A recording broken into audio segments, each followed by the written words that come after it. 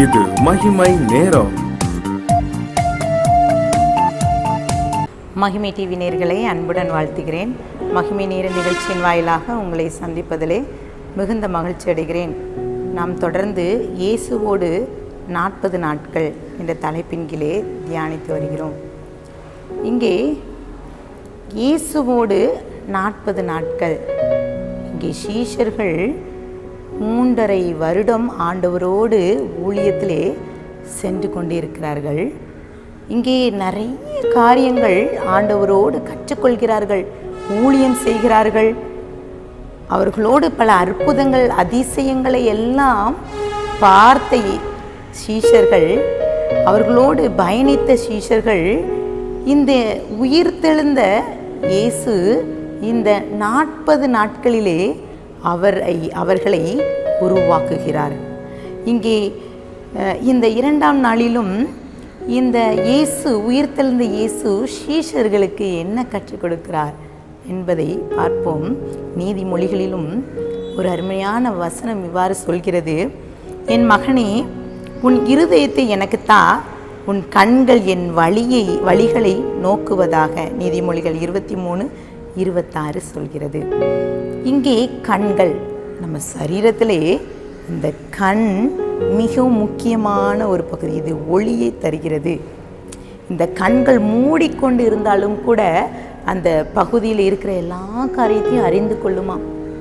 இந்த கண்கள் மிகவும் முக்கியமானது. நம் கண்கள் இருளாக இருக்கும்போது நாம் எதையும் பார்க்க முடியாது. சில நேரங்களிலே நாம் என்ன செய்கிறோம்? குருடரை போல இருக்கிறோம், குந்தி நடந்து கொண்டு சென்று கொண்டு இருக்கிறோம்.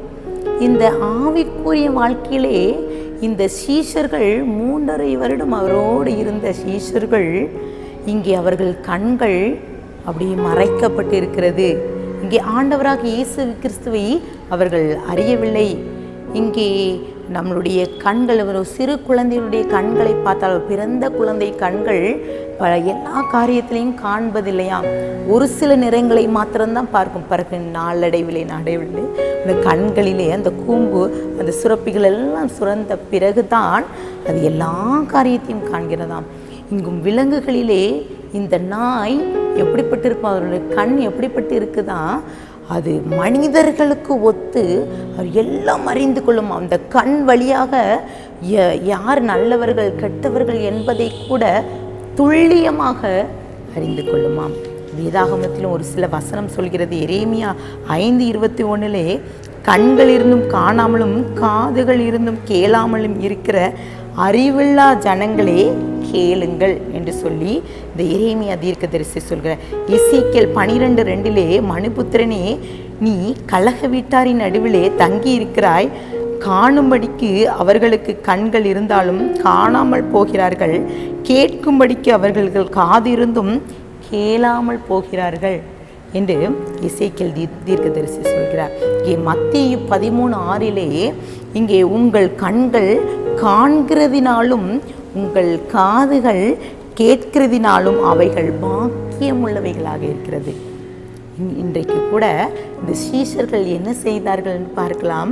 இங்கே லூக்கா 24:13 இங்கே 34 அந்த வசனம் வரைக்கும் நீங்கள் வாசித்து பார்த்தால், இங்கே மறுநாள் என்ன செய்கிறார்கள்? அன்றைய தினமே அவர்கள் இங்கே செல்கிறார்கள். எருசலேமுக்கு அருகே 7 அல்லது 8 மைல் தூரத்தில் இருக்கிற எம்மாவூர் என்ற அந்த பகுதிக்கு அங்கே அவர்கள் 2 சீஷர்கள் நடந்து செல்கிறார்கள்.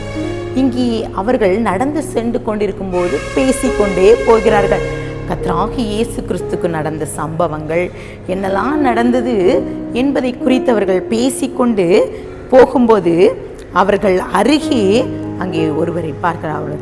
ஆண்டவர் இயேசு கிறிஸ்து அவர் கூட நடந்து செல்கிறார். இங்கே அவர்கள் கண்கள் மறைக்கப்பட்டிருக்கிறது, அவரை அறியாது இருக்கிறார்கள். இங்கே அவர்கள் நடந்து சென்றிருக்கும்போது இங்கே ஆண்டவர் சொல்கிறார், நீங்கள் ஏன் துக்கத்தோடு நீங்கள் பேசுகிற காரியம் என்ன என்று ஆண்டவர் அழகாக கேட்குறார்.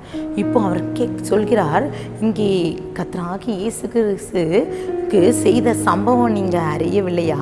நீ அந்நியராக இருக்கிறீரே என்று சொல்லி எல்லா காரியத்தையும் சொல்கிறார். இங்கே சொல்லிவிட்டு சொல்கிறார், எங்களில் சில சீஷர்கள் பெண்கள் அந்த கல்லறைக்கு சென்றார்கள். அங்கே தூதர்கள் வந்து ஆண்டவர் உயிர்த்தெழுந்தார் என்று சிலருக்கு தரிசனமானார் என்பதை குறித்து, எங்களை பிரமிக்க வைத்து இருக்கிறார் என்பதையும் குறித்து அவர் பேசிக்கொண்டு அந்த ஆண்டவர் என்று அறியாதபடி அவரோடு இயேசுவோடு அவர்கள் சொல்லி கொண்டிருக்கிறார்கள். இப்போது ஆண்டவர் சொல்கிறார், அங்கே 24ஆம் அதிகாரம் 25 அவர்கள் ஆண்டவர் சொல்கிறார், அப்பொழுது அவர் அவர்களை நோக்கி, தீர்க்கதரிசிகள் சொன்ன யாவையும் விசுவாசிக்கிறதுக்கு புத்தி இல்லாத மந்த இருதயம் உள்ளவர்களே, கிறிஸ்து இவ்விதமாய் பாடுபடவும் நமது மகிமையில் பிரவேசிக்கவும் வேண்டியதில்லையா என்று சொல்லி மோசே முதலிய சகல தீர்க்கதரிசிகளும் எழுதின வேத வாக்கியங்கள் எல்லாம் தம்மை குறித்து சொல்லியவைகள் இவைகளை விவரித்து காண்பித்தார். அத்தருணத்திலே தங்கள் போகின்ற கிராமத்துக்கு சமீபமாய் அவர்கள் போகிறார்கள். அங்கே போய் அப்போதான் அவங்களுக்கு தெரியுது, இது ஆண்டவர் உணர்த்துகிறார். இதெல்லாம் உங்களுக்கு முன்னாடியே தெரியும்ல, நான் முதலே சொல்லியிருக்கேன், 3ஆம் நாளிலே ஆண்டவர் நான் மனிதகுமாரன் அவர் உயிர் தெழுவார் என்பதை நான் முன்னமே சொல்லியிருக்கிறேன் என்பதை இங்கே அவர்களுக்கு வெளிப்படுத்துகிறேன். இங்கே அவர் அறியவில்லை. அப்போதுதான் அவர்களுக்கு கண்கள் திறக்கப்படுகிறது. அவர்கள் பாருங்கள் 31 பாருங்கள், அப்பொழுது அவர்கள் கண்கள் திறக்கப்பட்டு அவரை அறிந்தார்கள். உடனே அவர்களுக்கு மறைந்து போகிறார். அப்போது அவர்கள் சொல்கிறார் 32, அவர்கள் ஒருவரை நோக்கி, வழியிலே அவர் நமக்கு முன்னே பேசி வேத வாக்கியம் நமக்கு விளக்கி காட்டின பொழுது நம்மளுடைய இருதயம் நமக்குள்ளே கொழுந்துவிட்டு எரியவில்லையா என்று சொல்லிக்கொண்டு அந்நேரமே எழுந்து போய் அவர் சீஷர்கள் எல்லாருக்கும் அறிவிக்கிறார்கள். பிரியமானவர்களே, இங்கே சீஷர்களுடைய கண்கள் மறைக்கப்பட்டிருக்கிறது. இன்றைக்கும் கூட நம்மளுடைய கண்கள், ஆவிக்குரிய கண்கள் மறைக்கப்பட்டு தான் இருக்கிறது. இன்றைக்கும் ஆண்டவர் உயிரோடு இருக்கிறார் என்பதையும் நாம் மறந்து போய் இருக்கிறோம். ஆண்டவர் நமக்கூட இருக்கிறார், நமக்கூட நடந்து வருகிறார். அந்த எம்மாவு சீஷரோடு ஆண்டவர் நடந்து வருகிறார். இன்றைக்கும் கூட நம்மளுடைய கண்களை திறக்க வேண்டும், ஆண்டவரை நாம் பார்க்க வேண்டும். ஆண்டவர் நமக்கு உயிருள்ள தேவன் அற்புதத்தை செய்வார் என்ற நிச்சயத்தை நாம் பெற்றுக்கொள்ள ஆயத்தமாக கண்களை மூடி ஜெபிக்கலாம். அன்பின் பிதாவே, இன்றைக்கும் கூட எங்களுடைய கண்களை திறந்து இந்த எம்மாவு சீஷர்களோடு நீங்கள் பேசி ஆண்டவர் உயிரோடு இருக்கிறார், தமக்கும் வெளிப்படுத்தினார் என்பதை அவர்களோடு நீங்கள் வெளிப்படுத்தி காட்டின. இன்றைக்கும் எங்களோடு நீங்கள் வெளிப்படுத்தி காட்டியிருக்கிறீங்க. இந்த 40 நாட்களிலும் இயேசுவோடு அந்த சீஷர்கள் பல ஆவிக்குரிய காரியங்களை கற்றுக்கொண்டார்கள். கண்கள் திறக்கப்பட்டது. எங்களுடைய ஆவிக்குரிய கண்களை திறந்து கொள்ளுங்க.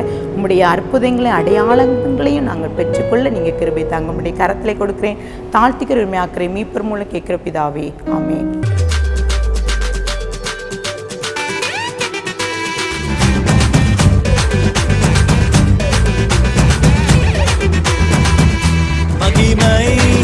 மகிமை